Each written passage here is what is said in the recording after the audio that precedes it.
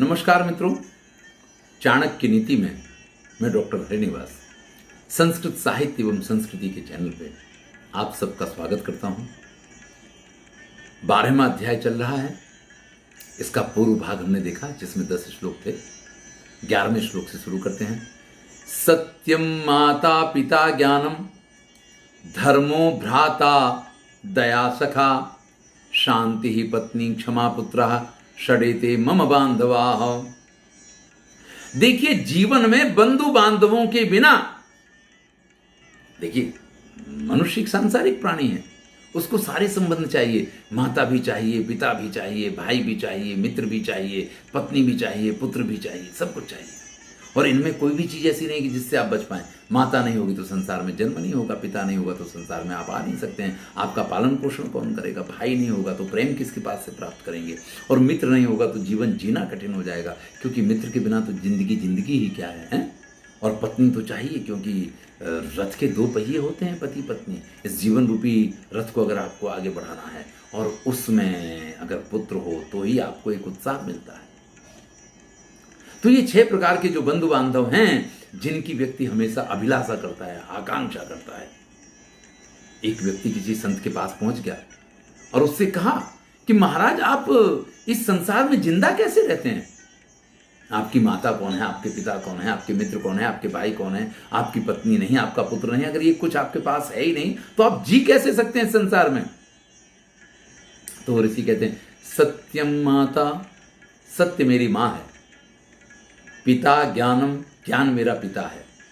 धर्मो भ्राता, धर्म मेरा भाई है।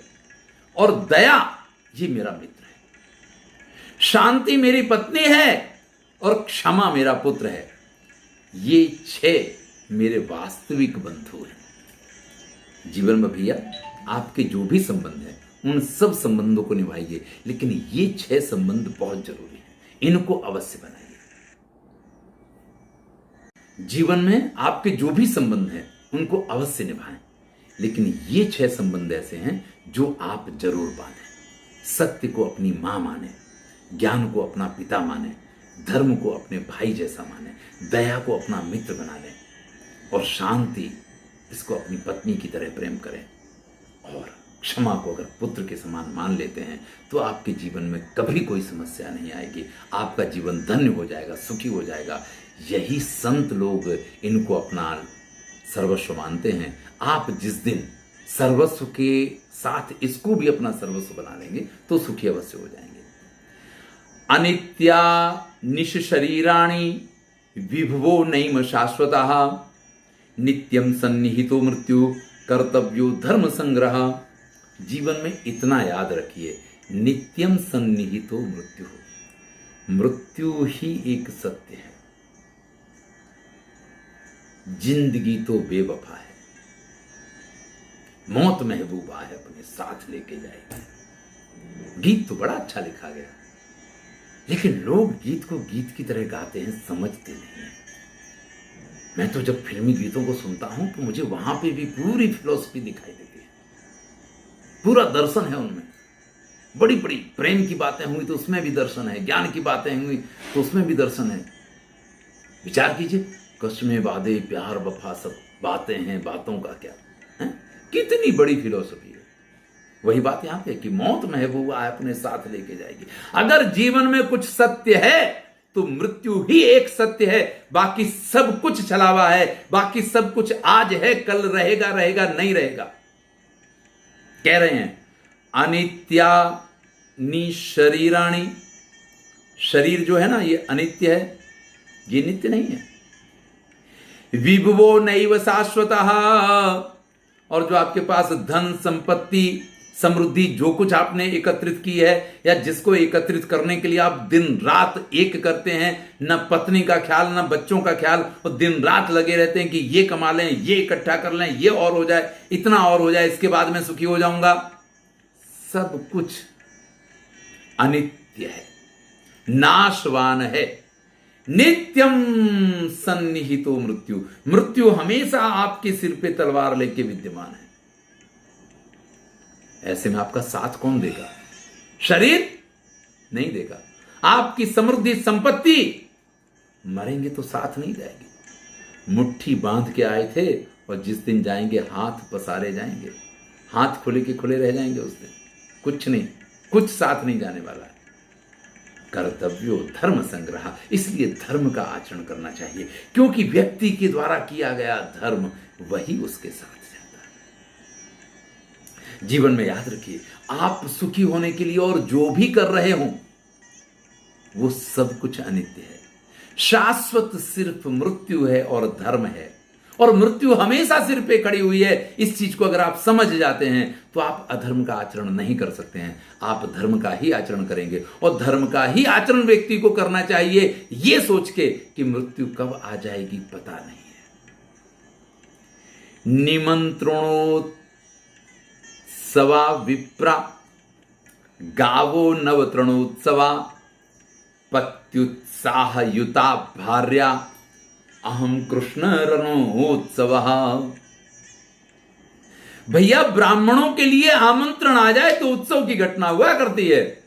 ब्राह्मणों को जब कोई निमंत्रण भेजता है कि ब्राह्मण देव आज हमारे यहां आपका भोजन है, हा, उत्सव का माहौल होता है कि आज तो जम के खाया जाएगा। तो ब्राह्मणों के लिए निमंत्रण उत्सव होता है। गायों के लिए वन में उगी हुई नई नई ताजी ताजी घास उत्सव का काम करती है, उनके मन को आनंदित कर दिया करती है। पति के आनंद में पत्नी का आनंद देखा जाता है। पति अगर उत्साह में है तो पत्नी भी उत्साह में रहती है, पति अगर प्रसन्न है, आनंद में है तो पत्नी भी आनंद में रहती है।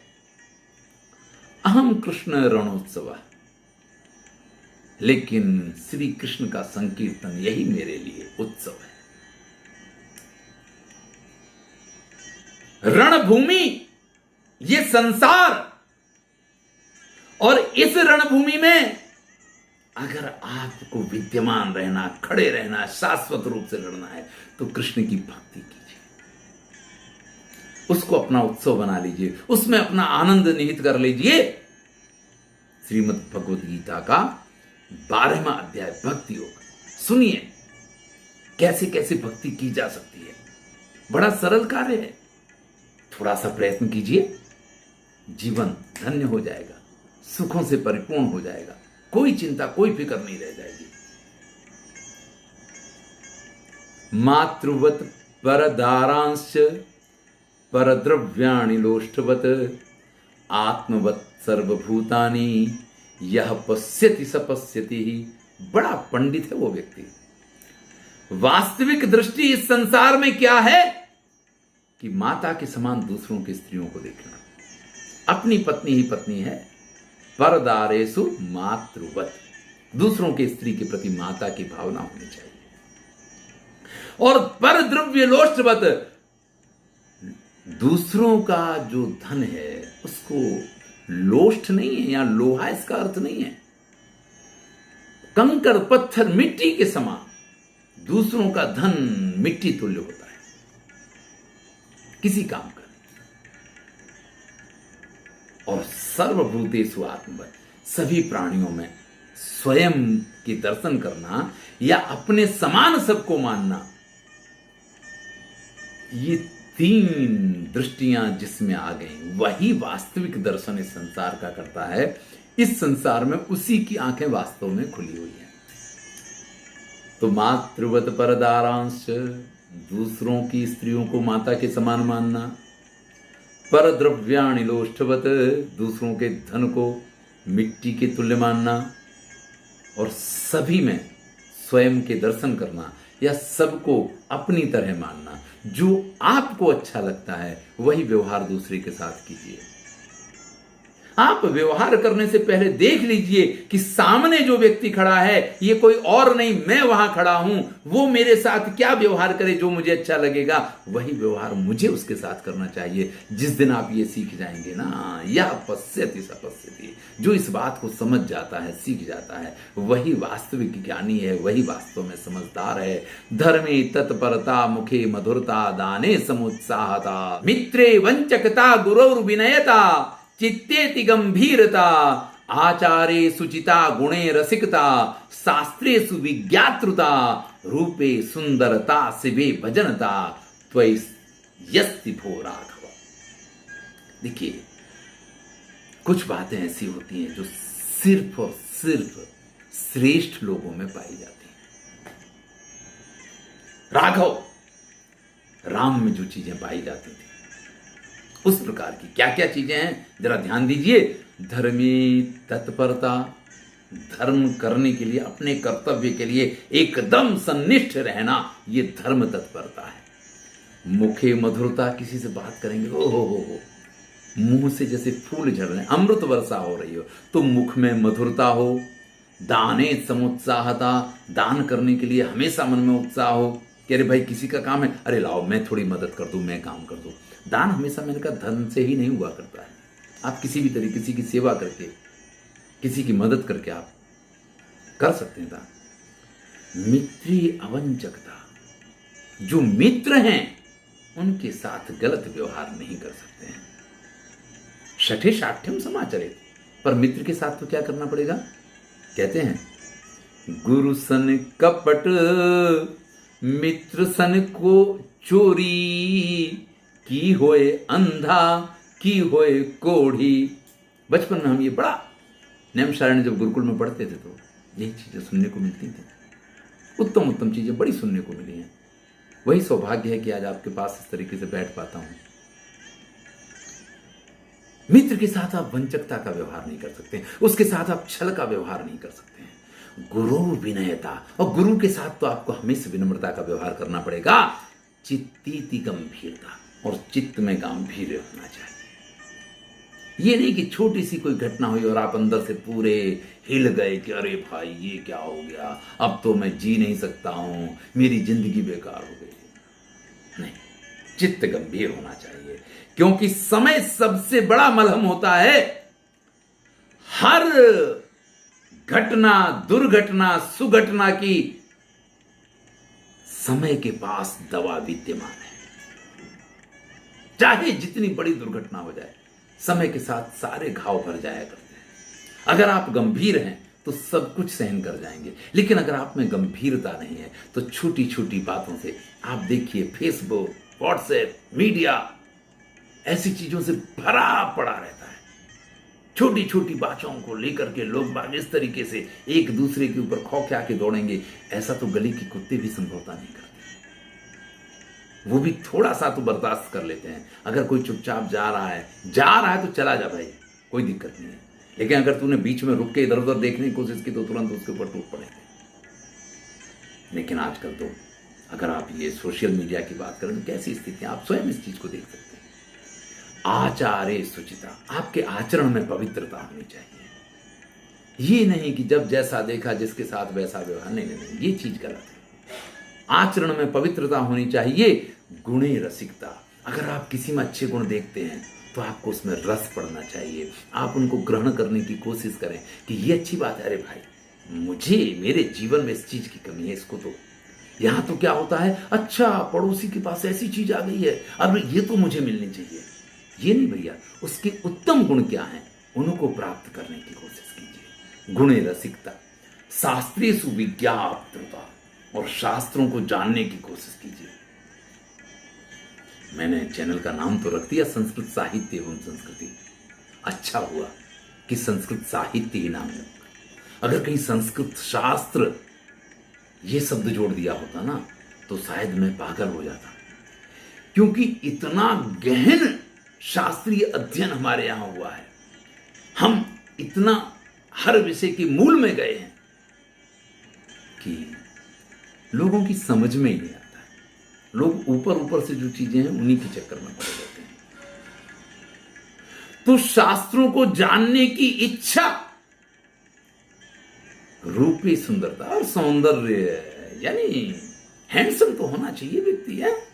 तो रूप में सौंदर्यता हो, शिवे भजनता, और इष्ट के प्रति भजन करना, उसकी भक्ति में तल्लीन रहना। हे राघव, ये सारी विशेषताएं तो सिर्फ आप में ही पाई जाती हैं। ऐसा इस संसार में दूसरा व्यक्ति नहीं मिलेगा। अब जब राम इतने सुंदर हैं तो उनकी उपमा किससे दी जाए? अगला श्लोक देखते हैं। काष्ठम कल्पतरुः सुमेरु अचल चिंतामणि प्रस्थरः सूर्यस तीव्रकरः शशि क्षयकरः क्षारो हि वाराम निधि कामो नष्ट तनुर बलिदिति सुतो नित्यं पशु काम गौ नैतांस्ते तुलयामि भो रघुपते कश्योपमा दीयते। हे रघुपति, ऊपर जिन गुणों की बात की, इतने महान गुण वाले हों तो किसके साथ आपकी तुलना करें, किसकी उपमा आपके लिए दें। अगर मैं कल्प वृक्ष के साथ आपकी तुलना करूं तो वो तो काष्ठ का है, लकड़े का है। मैं सुमेरु पर्वत से आपकी तुलना करूं कि वो बड़ा श्रेष्ठ है, सुमेरु है, लेकिन वो अचल है, वो चल नहीं सकता है। अगर मैं चिंतामणि से आपकी तुलना करूं तो एक पत्थर है। सूर्य से आपकी तुलना करूं तो वो तो तीव्र आग, गर्मी से भरा पड़ा है। आप ऐसे लोगों को जलाने वाले नहीं हैं। अगर मैं चंद्रमा से आपकी तुलना करूं तो क्षय करा, वो तो क्षीण हो जाता है।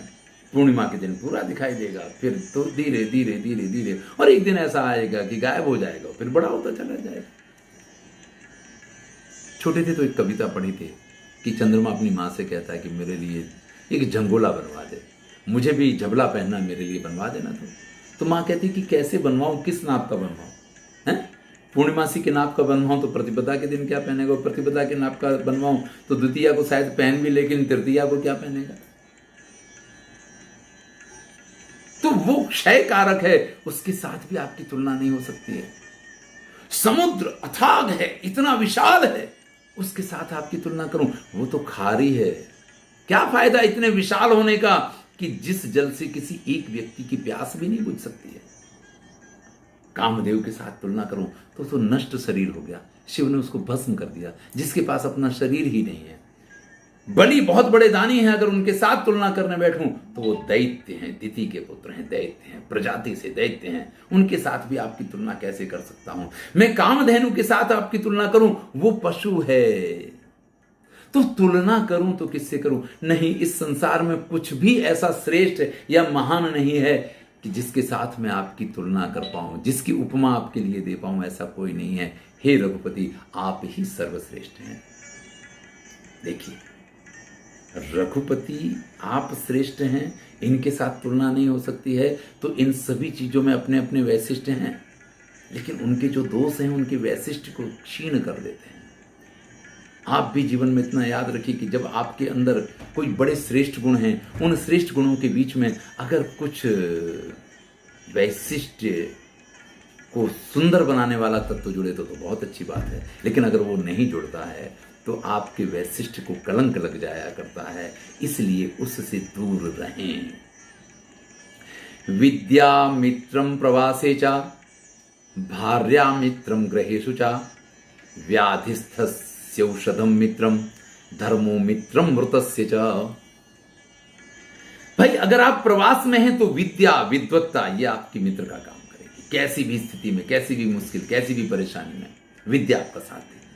प्रवास में विद्या आपकी मित्र का काम करती है और घर में पत्नी आपकी मित्र का काम करती है। अगर आप बीमार हैं तो औषधि आपकी मित्र है, लेकिन जीते जी और मरने के बाद भी जो मित्र आपका साथ देता है वो सिर्फ और सिर्फ धर्म है। प्रवास में विद्या मित्र है, घर में पत्नी मित्र है, बीमार हैं तो औषधि मित्र है, लेकिन जीते जी और मरने के बाद भी जो आपका साथ दे, जो आपकी मित्रता निभाए, वो तो सिर्फ धर्म है। इसलिए धर्म का आचरण करें भैया, और किसी चीज का भरोसा नहीं किया जा सकता। विनयम राजपुत्रेभ्या पंडितेभ्या सुभाषितम अनृतम द्यूतकारेभ्या स्त्रीभ्या शिक्षित कैतवम। आपको विनम्रता सीखनी है तो राजपुत्रों से सीखिए। देखिए क्या शिष्टाचार होता है उनके बीच में। आजकल कुछ सोफिस्टिकेटेड लोग जो है ना, उन फैमिली में भी ये चलता है। बच्चों से पिता बात करेगा, आपने ऐसा नहीं किया, आपने होमवर्क नहीं किया। मैं ये नहीं कह रहा हूं ये गलत है, मैं ये नहीं कह रहा हूं ये गलत है, लेकिन ये दिखावा भर है अगर तो गलत है। अगर ये संस्कार है तो ये गलत नहीं है, लेकिन ये दिखावे के लिए है तो गलत है। ध्यान दीजिएगा, वही पिता जो अपने बेटे से आप करके बात करता है ना, जब क्रोध आता है ना, तो ऐसा तू तड़ाक पे उतर के आता है कि फिर वो पुत्र भी पिता के साथ तू तड़ाक करने लग जाता है।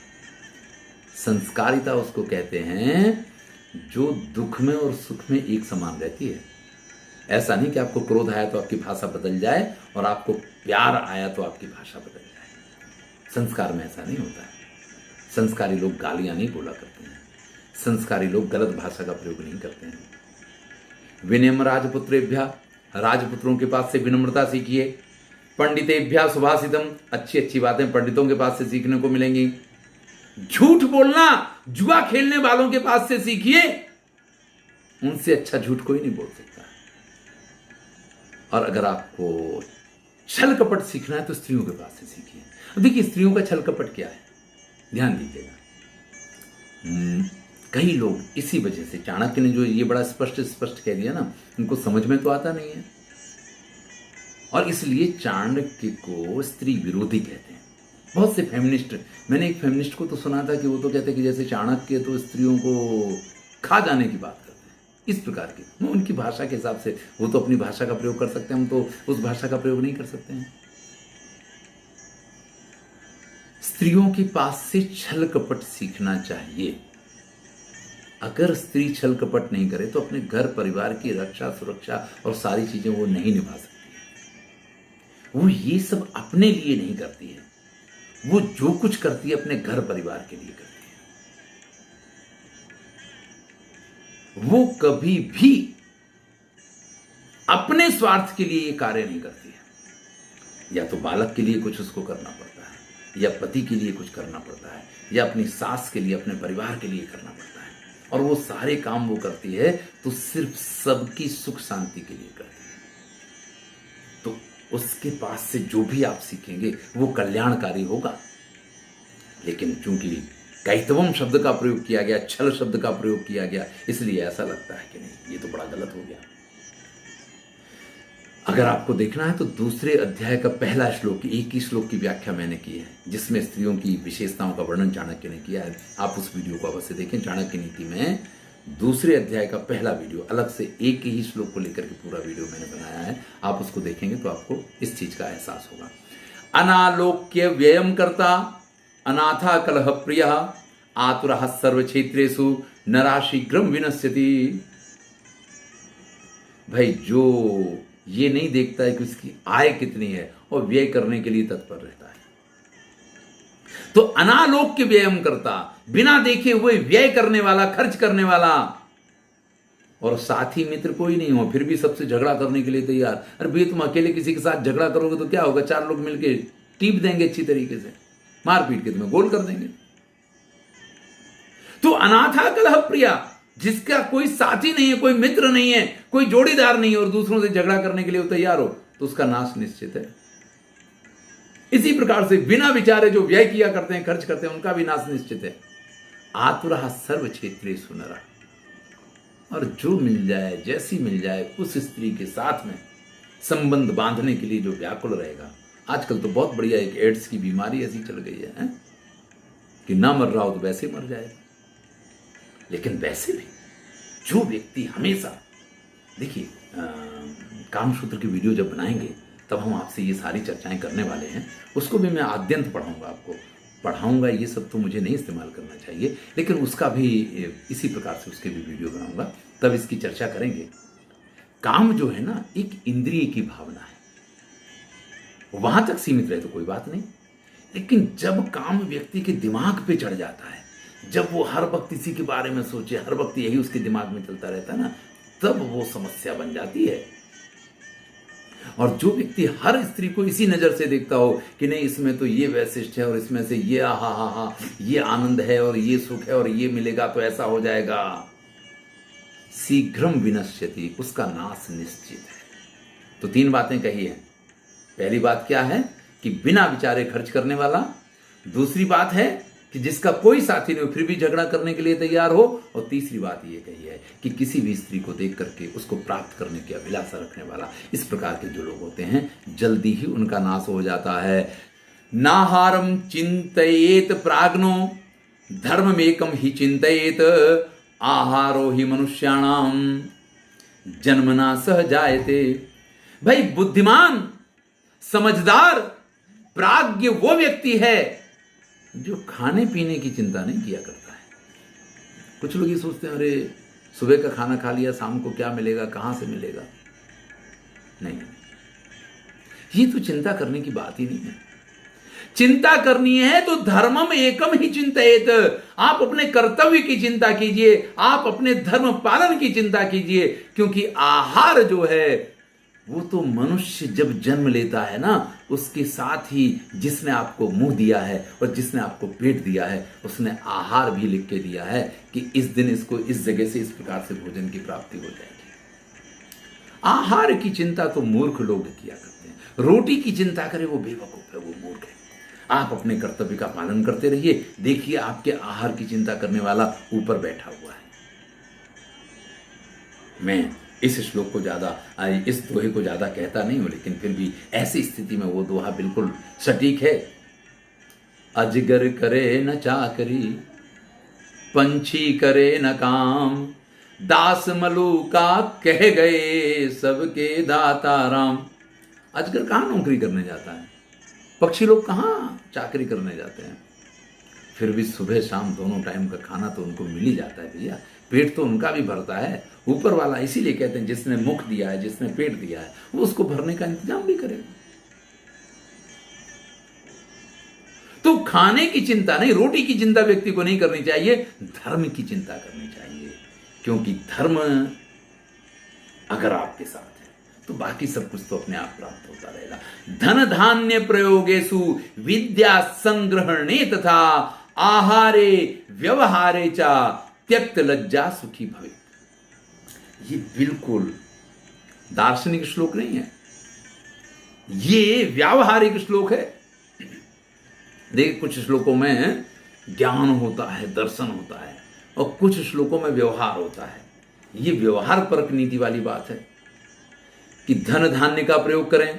किसी से लेना देना हो ना तो भैया लिख लो, शर्म नहीं करनी चाहिए कि मित्र को दिए 20,000 रुपए और आपने लिखा पढ़ी नहीं की उसकी, तो भैया ये गड़बड़ है।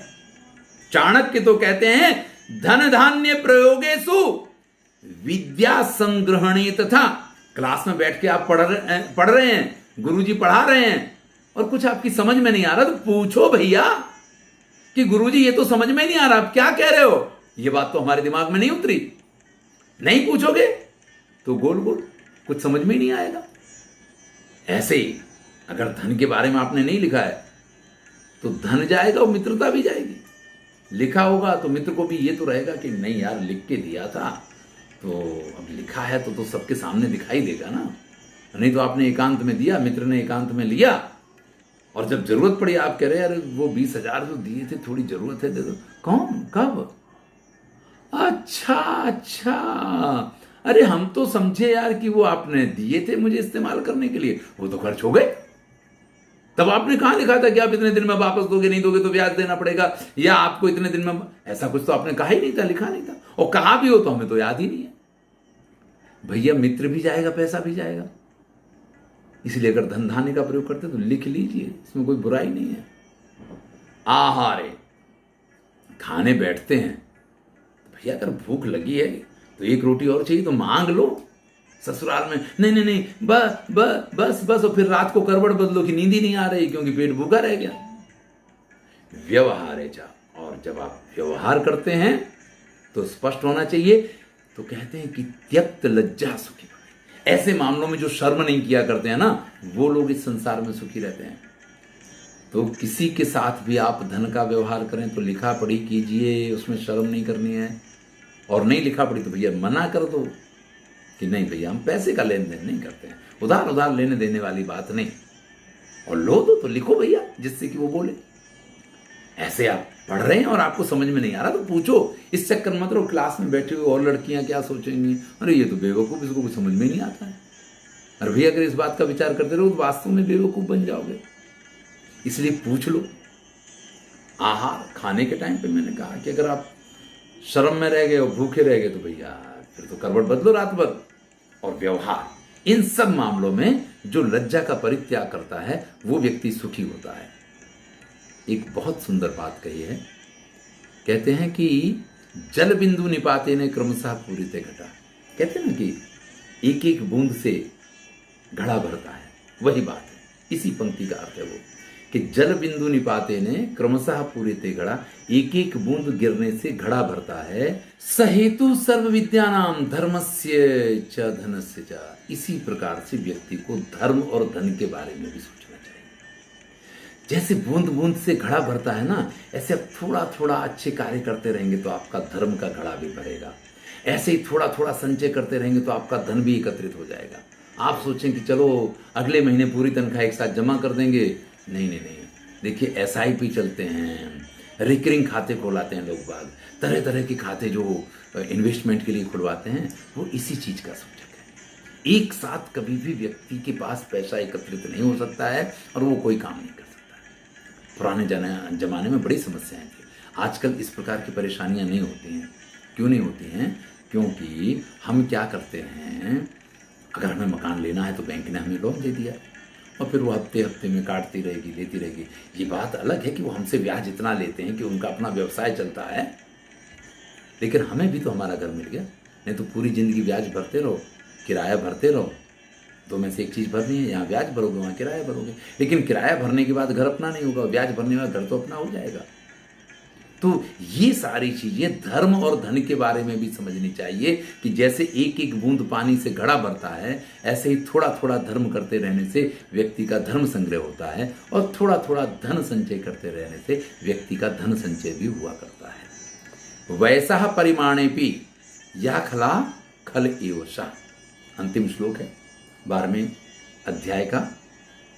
वैसा परिणामे भी यह खला खल एवशा सपक्वमपि माधुर्यम नोपयातिम द्रवारुणम। भाई देखिए, बचपन में तो सभी जन्म से कोई कपड़े पहन के पैदा होता है क्या? मां के गर्भ से तो सभी ऐसे ही जन्म लेते हैं। इसी प्रकार से बचपन में सभी तरह तरह की हरकतें करते हैं, तरह तरह की कुछ चोरियां, कुछ गलत चीजें, कुछ गलत व्यवहार सभी लोग अपनी जिंदगी में करते रहते हैं। लेकिन वैसा परिणाम भी, लेकिन एक प्रौढ़ अवस्था आ गई हो, एक प्रगल्भ अवस्था आ गई हो और उसके बाद भी व्यक्ति का अगर वही नेचर बना रहे, व्यक्ति अगर उसी प्रकार से दुष्टता का व्यवहार करता है तो वो दुष्ट है। समझ लीजिए, कोई छोटा बच्चा है, कोई नवयुवान है और उसने कुछ इस प्रकार का व्यवहार किसी के साथ कर दिया, तो ये एक युवानी का तकाजा है, एक उम्र का तकाजा है। उम्र में ऐसी घटनाएं हो सकती हैं, लेकिन वृद्ध होने के बाद भी अगर व्यक्ति नहीं समझता है, वैसा ही बना रहता है, तो वो वास्तव में दुष्ट है। बहुत बड़ी बात यहां पे चाणक्य इस श्लोक में कह रहे हैं। मैंने आपसे छोटे से शब्दों में कहा कि जन्म से तो सभी बिना वस्त्रों के ही जन्म लिया करते हैं, फिर कौन कैसे पहनता, कौन कैसे पहनता है। लेकिन बड़ा होने के बाद भी कोई जन्मजात की तरह घूमे तो जैन साधु है तो अलग बात है, क्योंकि उसने इंद्रियों पे वश प्राप्त कर लिया है। बाकी तो लोग बाग ऐसे व्यक्ति से हाथ जोड़ते हैं, क्योंकि कहते हैं कि नंगे से तो भगवान भी नहीं जीत सकता है। तो ऐसा व्यक्ति जो बड़ा होने के बाद भी, एक उम्र के बाद भी दुष्ट बना रहे, वो वास्तविक दुष्ट है। भाई लौकी अगर कड़वी है तो उसमें से चाहे आप सब्जी बना लीजिए, चाहे उसकी बर्फी बना लीजिए, चाहे आप उसका दूध पाक बना लीजिए, वो कड़वी ही रहेगी। लेकिन लौकी अगर सामान्य है तो आप सब्जी बनाएंगे तो नमकीन बनेगी, बर्फी बनाएंगे तो मीठी बनेगी, और उसका हलवा वगैरह बनाएंगे तो उस तरीके का बनेगा। तो जो अच्छे लोग होते हैं ना, समय के साथ उनमें परिवर्तन आ जाता है, लेकिन जो दुष्ट होते हैं उम्र भी उनको नहीं बदल सकती है। यहां आकर के चाणक्य नीति का ये 12वां अध्याय पूरा होता है। मैं मानता हूं कि आपको अच्छा लग रहा होगा, आपको आनंद आ रहा होगा, और अगर इन चीजों में आनंद आ रहा है तो कमेंट में जरूर लिखिएगा, वीडियो लाइक कीजिएगा। अगर आप वीडियो लाइक करेंगे तो मुझे आगे चाणक्य नीति के बाकी के जो अध्याय हैं उनको भी प्रस्तुत करने की प्रेरणा मिलेगी। धन्यवाद।